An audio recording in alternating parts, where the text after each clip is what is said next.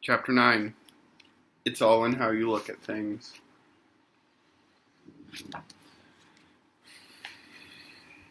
Soon, all traces of Dictionopolis had vanished in the distance, and all those strange and unknown lands that lay between the kingdom of words and the kingdom of numbers stretched out before them.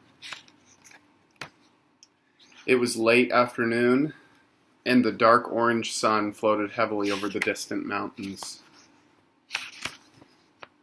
A friendly, cool breeze slapped playfully at the car, and the long shadows stretched out lazily from the trees and bushes. "Ah, the open road!" exclaimed the humbug, breathing deeply, for now he seemed happily resigned to the trip. "The spirit of adventure, the lure of the unknown, the thrill of a gallant quest. How very grand indeed." Then, pleased with himself, he folded his arms, sat back, and left it at that. In a few more minutes, they had left the open countryside and driven into a dense forest. "This is the scenic route, straight ahead to Point of View," announced a rather large road sign. See, it's in quotes, and it's all caps. But contrary to its statement, all that could be seen were more trees. As the car rushed along, the trees grew thicker and taller and leafier, until, just as they'd hidden the sky completely, the forest abruptly ended. Ooh. And the road bent itself around a broad promontory. Stretching below to the left, the right, and straight ahead, as far as anyone could see, lay the rich green landscape through which they had been traveling.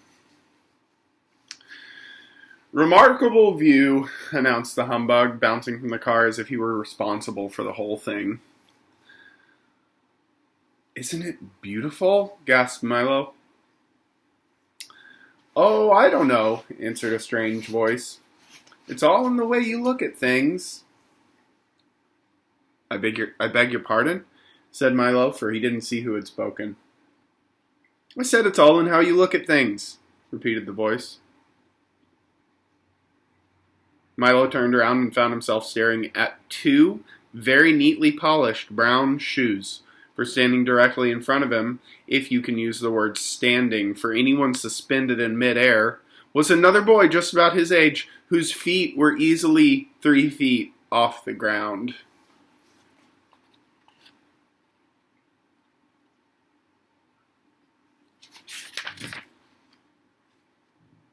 For instance, if you happen to like deserts, you might not think this was beautiful at all. "That's true," said the humbug, who didn't like to contradict anyone whose feet were that far off the ground. "For instance," said the boy again, "if Christmas trees were people and people were Christmas trees, we'd all be chopped down, put up in the living room, and covered with tinsel, while the trees opened our presents." "What does that have to do with it?" asked Milo. "Nothing at all," he answered. "But it's an interesting possibility, don't you think?" "How do you manage to stand up there?" asked Milo, for this was the subject which most interested him. "I was about to ask you a similar question," answered the boy, "for you must be much older than you look to be standing on the ground." "What do you mean?" Milo asked. "Well," said the boy, "in my family, everyone is born in the air, with his head at exactly the height it's going to be when he's an adult, and then we all grow toward the ground. When we're fully grown up, or as you can see, grown down, our feet finally touch. Of course, there are a few of us whose feet never reach the ground no matter how old we get, but I suppose it's the same in every family." He hopped a few steps in the air, skipped back to where he started, and then began again. You certainly must be very old to have reached the ground already. Oh, no, said Milo seriously. In my family, we all start on the ground and grow up, and we never know how far until we actually get there. What a silly system, the boy laughed.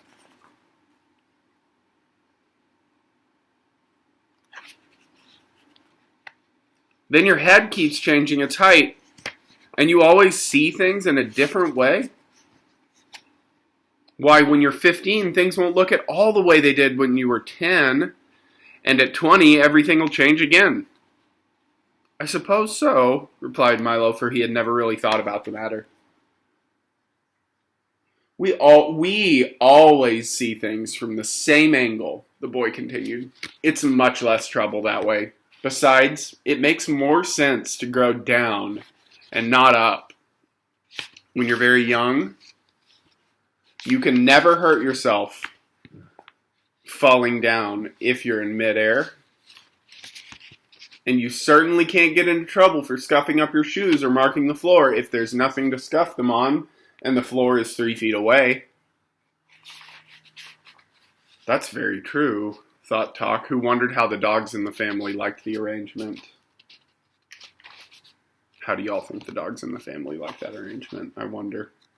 What would dogs think about kids floating in the sky and growing down gradually? I'm just trying to see how many chapters we have left. Let's see. Okay, got it. Cool. But there are many other ways to look at things, remarked the boy. For instance, you had orange juice, boiled eggs, toast and jam, and milk for breakfast, he said, turning to Milo. And you are always worried about people wasting time, he said to Talk. And you are almost never right about anything, he said, pointing at the humbug. And when you are, it's usually an accident. A great exaggeration, protested the furious bug, who didn't realize that so much was visible to the naked eye. Amazing, gasped Talk. How did you know all that? Asked Milo. Simple, he said proudly. I'm Alec Bings. I see through things. I can see whatever is inside, behind, around, covered by, or subsequent to anything else. In fact, the only thing I can't see is whatever happens to be right in front of my nose. Isn't that a little inconvenient? Asked Milo, whose neck was becoming quite stiff from looking up. It is a little, replied Alec, but it is quite important to know what lies behind things, and the family helps me take care of the rest. My father sees two things. My mother looks after things. My brother sees beyond things. My uncle sees the other side of every question. And my little sister Alice sees under things. How can she see under things if she's all the way up there? Growled the humbug. Sorry, I didn't do the humbug voice. How can she see under things if she's all the way up there? Growled the humbug. That wasn't very good. I'm losing it. I'll get it back. Well, added Alec, turning a neat cartwheel, whatever she can't see under, she overlooks. Would it be possible for me to see something from up there? Asked Milo politely. You could, said Alec, but only if you try very hard to look at things as an adult does. Milo tried as hard as he could, and as he did, his feet floated slowly off the ground until he was standing in the air next to Alec Bings. He looked around very quickly, and an instant later crashed back down to earth again. Interesting, wasn't it? Asked Alec. Yes, it was, agreed Milo, rubbing his head and dusting himself off. But I think I'll continue to see things as a child. It's not so far to fall. A wise decision, at least for the time being, said Alec. Everyone should have his own point of view. Isn't this everyone's point of view? Asked Talk, looking around curiously. You see, remember they were going to a place called Point of View. That's why it's capitalized there. So that's what Talk is talking about. Talk is talking about. Get it? Homonyms. Homophones, I mean. Homophones.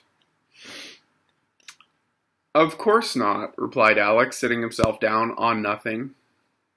It's only mine, and you certainly can't always look at things from someone else's point of view. For instance, from here, that looks like a bucket of water, he said, pointing to a bucket of water. But from an ant's point of view, it's a vast ocean. From an elephant's, just a cool drink. And to a fish, of course, it's home. So you see, the way you see things depends a great deal on where you look at them from. Now, come along, and I'll show you the rest of the forest. He ran quickly through the air, stopping occasionally to beckon Milo, Talk, and the humbug along, and they followed as well as anyone who had to stay on the ground could. Does everyone here grow the way you do? Puffed Milo when he had caught up. Almost everyone, replied Alec, and then he stopped a moment and thought. Now and then, though, someone does begin to grow differently. Instead of down, his feet grow up toward the sky, but we do our best to discourage awkward things like that. What happens to them? Insisted Milo. Oddly enough, they often grow 10 times the size of everyone else, Alex said thoughtfully, and I've heard that they walk among the stars. And with that, he skipped off once again toward the waiting woods.